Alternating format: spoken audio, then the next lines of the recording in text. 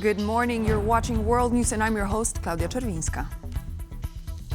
A partial naval ceasefire between Ukraine and Russia. This is the outcome of the last round of Riyadh negotiations between the U.S. and Russian delegations on Tuesday. At the same time, Ukraine remains affected by continuous attacks aimed at its cities. Ukrainian President Volodymyr Zelenskyy commented on the latest developments.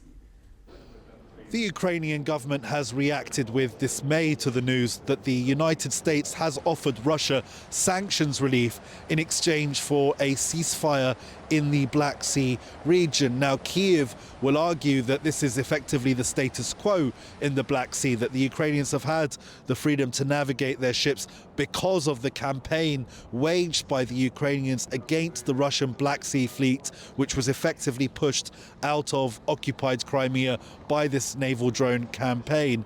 And it's offering the Ukrainians very little in exchange. However, the Russians are getting sanctions relief on agricultural and fertilizer exports and potentially links to banks to facilitate these transactions. Now, President Zelenskyy reacted to this news, spoke to reporters earlier on. Let's take a listen to what he had to say. We believe that this is a weakening of the position and a weakening of sanctions, in our opinion. We do not yet know the details of this item and we were not present at the meeting, so I cannot say anything. But this was not on our agenda. The American side raised it. Umerov contacted me. I said that this is not a discussion of an unconditional ceasefire, even a partial ceasefire in the sky and at sea, regarding the removal of certain obstacles for the Russians regarding agricultural products. And it is too early to say that it will work, but these were the right meetings, the right decisions, the right steps. No one can accuse Ukraine of not moving towards sustainable peace after this. Now, President Zelenskyy is on his way to France for further talks with President Macron about the coalition of the willing European states prepared potentially to offer Ukraine security guarantees in the case of any ceasefire agreed with the Russians. Now, President Zelenskyy, before he left, also put the onus back onto the Russians, saying how Russia behaves in the coming days will show a lot, if not everything. If there are air alerts again, if there is military activity in the Black Sea again, if there are Russian manipulations and threats again, then new measures will have to be taken against Moscow specifically. So a rather robust response from Zelenskyy there. Kyiv is not accepting that Russia is acting in good faith in these negotiations. And President Zelenskyy has put this straight back to the Russians and saying that Ukraine will see how serious Russia is about these proposals over their activity over the next few days. It's Oz Chatterjee reporting from Kyiv for TVP World. U.S. President Donald Trump has said his administration is making a lot of progress on talks between Russia and Ukraine, as well as in the Middle East. Commenting on the ceasefire efforts between Moscow and Kyiv, Trump said he thinks the war will be stopped. So we've made a lot of progress on two fronts, on both sections that we call them sections, but they're much more than that, Russia, Ukraine, and also the Middle East, and we'll see what happens. We're in deep discussions with Russia and Ukraine, and I would say it's going well, but it's a situation we should have never had to even think about, should have never happened. And on the Middle East, that's been going on for a lot of years, centuries and centuries. It just keeps going, and we are making a lot of progress, so that's all I can report. But some very, very big talks are going and detailed talks are going on right now on both fronts. Look, it's they agreed to something and it got broken. There's tremendous animosity. There's a lot of hatred, as you can probably tell. And it allows for people to get together, mediate it, arbitrate it, and see if we can get it stopped. And I think it will. That'll get stopped. Putin has never honored a ceasefire. It's a matter of time before this deal goes south, said Stephen Moore, founder of the Ukraine Freedom Project, in a recent interview here on TVP World. There's already a ceasefire on the Black Sea because the Russians can't use the Black Sea because the Ukrainians have sunk 40% of the Russian Black Sea fleet. So this is something that's good for Vladimir Putin. It's not necessarily good for Ukraine. So I think what Zelenskyy is doing, he's signaling to Donald Trump, okay, President Trump will do it your way. And then let's see what happens because as we know, Putin has never honored a ceasefire or a peace agreement or most of the international agreements that he's entered into. So it's a matter of time before this one goes south. The government in Warsaw has adopted a document outlining Polish foreign policy priorities. Details of the plan will be presented by the Polish foreign minister at an upcoming annual parliamentary address.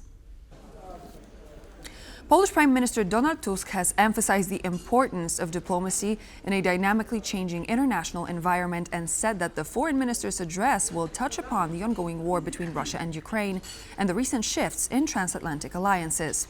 The priorities of Warsaw's foreign policy will be unveiled during Polish Foreign Minister Rolf Sikorski's address to the Polish Parliament in April.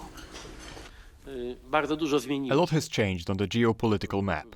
The policy of the European Union has also changed a lot. This is quite a challenge, also for our diplomatic service. It's been a while since the last time I've believed so strongly that foreign policy, diplomacy, and the skills of people involved in charting our foreign policy are once again playing a key role. I am very glad that here in Poland, we're all aware that our country is pursuing a very effective foreign policy, and our interests are well defined. Today, NATO Secretary General Mark Rutte is visiting Poland. The agenda of his trip includes a meeting with the Polish Prime Minister Donald Tusk and Polish President Andrzej Duda. At 10:30 a.m. local time, Rutte will be hosted by Donald Tusk at the office of the Prime Minister. Following their talks, the two officials will hold a joint press conference. The key point of their discussions will be the current security situation in Europe, threats coming from Russia, and NATO's role as a security guarantor. Tusk and Rutte will also discuss the ongoing negotiations looking to end the war in Ukraine and the coming NATO summit in The Hague. Later, Rutte will sit down with Polish President Andrzej Duda. Pardon me. The Secretary General will end his day in Poland with a lecture about NATO's commitment to Euro-Atlantic security at the Warsaw School of Economics. So we can start. Fantastic. On time is too late, The government of Denmark has announced it will expedite drafting women into the armed forces. The updated timeline now sees women joining the ranks next year rather than January of 2027 as the original plan envisioned. In light of the current security situation, the size of the army must be expanded, Danish Minister of Defense Troels Lund Poulsen has said. Women who turn 18 after July the 1st, 2025 could be required to take part in a draft lottery to select conscripts for a service. The lottery, however, will be held only if there were not enough volunteers to fill the ranks in a given year. Beginning next year, compulsory military service in Denmark will also be extended from 4 to 11 months. The decision to speed up the draft for women was possible due to an agreement in the Danish parliament between the ruling and opposition parties. The new president of the German Bundestag has been elected. Gyula Klöckner, a former agriculture minister and member of the Friedrich Merz's CDU party, will be helming the lower house of the German parliament. Klöckner was elected to her post with 382 votes in favor, 204 votes against, and 31 abstentions. During her inauguration address, she said she would carry out her duties as a nonpartisan, calm, and undaunted manner. The Bundestag also chose its vice presidents. Candidates from the CSU, SPD, the Left, and the Greens were all granted the title. The candidate from the far-right AFD nominated for the role was rejected by the rest of the parliament, despite the AFD being the largest opposition party in the Bundestag. There are many things that Germany's Social Democrats and Christian Democrats agree on, but they also have their many differences. That's according to Rolf Nikel, the former German ambassador to Poland. Nikel recently joined TVP World to discuss how close the two German parties are to forming a ruling majority. Well, there is, of course, first of all, I should say there's a lot of agreement, but there are a number of questions that still have to be ironed out, and it wouldn't be a surprise, or it would be a surprise rather to have this all settled by now without the steering committee having to intervene. Now, with respect to the subjects, this is migration policy, which is in discussion.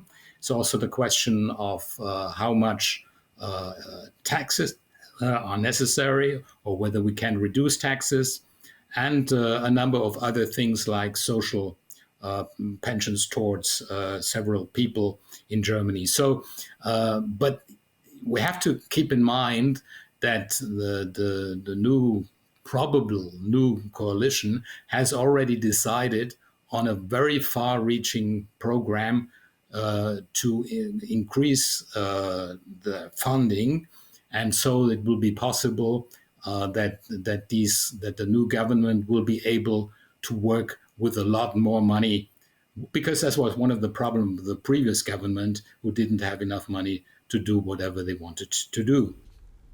Despite the arrest of 1,400 protesters, journalists and lawyers, thousands of people in Turkey have turned out last night for the 7th consecutive night of demonstrations. These took place even after Istanbul authorities banned mass gatherings and closed roads to, quote, maintain public order. Responding to another night of protest, police in Ankara and Istanbul used water cannons and rubber bullets to disperse the crowds. The nightly demonstrations began last Wednesday when Istanbul mayor and main rival of Turkish President Erdogan, Ekrem İmamoğlu, was arrested on corruption charges. İmamoğlu was one of over 100 people detained last week as part of the investigation. Others swept up in the arrest included politicians, journalists and entrepreneurs, as well as photographer for the French AFP news agency. Tuesday evening, U.S. Vice President J.D. Vance announced he will be joining his wife on her trip to Greenland as Washington presses on with Donald Trump's idea of annexing the Danish territory. The visit sparked major controversy among Greenlanders themselves, with the island's prime minister calling it, quote, highly aggressive. It's J.D. Vance, the vice president, and you know, there was so much excitement around Usha's visit to Greenland this Friday that I decided that I didn't want her to have all that fun by herself, and so I'm going to join her. I'm going to visit some of our guardians in the Space Force on the northwest coast of Greenland and also just check out what's going on with the security there of Greenland. As you know, it's really important. A lot of other countries have threatened Greenland, have threatened to use its territories and its waterways to threaten the United States, to threaten Canada, and of course to threaten the people of Greenland. So we're going to check out how things are going there. And I say that speaking for President Trump, we want to reinvigorate the security of the people of Greenland because we think it's important to protecting the security of the entire world. Unfortunately, leaders in both America and in Denmark, I think, ignored Greenland for far too long. That's been bad for Greenland. It's also been bad for the security of the entire world. We think we can take things in a different direction, so I'm going to go check it out. U.S. President Donald Trump defended his national security advisor Mike Waltz after it was revealed that a journalist was mistakenly added to a restricted group chat that included senior administration officials. Donald Trump also rebuked earlier claims that sensitive and classified military information on attacks against Houthis in Yemen was published on the group. There was no classified information, as I understand it. They used a app, if you want to call it an app, that a lot of people use, a lot of people in government use, a lot of people in the media use. And I think I'll ask Mike. Mike is here. Do you want to respond to that, please? Yes, Mr. President. You asked about lessons. I think there's a lot of journalists in this city who have made big names for themselves, making up lies about this president, whether it's the Russia hoax or making up lies about Gold Star families. And this one in particular, I've never met, don't know, never communicated with, and we are looking into and reviewing how the heck he got into this room. No, I don't think he should apologize. I think he's doing his best. It's equipment and technology that's not perfect, and probably he won't be using it again, at least not in the very near future. What do you think? Sir, I agree with you. Let's get everybody in the room whenever possible. And so this marks the end of our broadcast, but please do stay tuned. We're back in just a moment with an interview.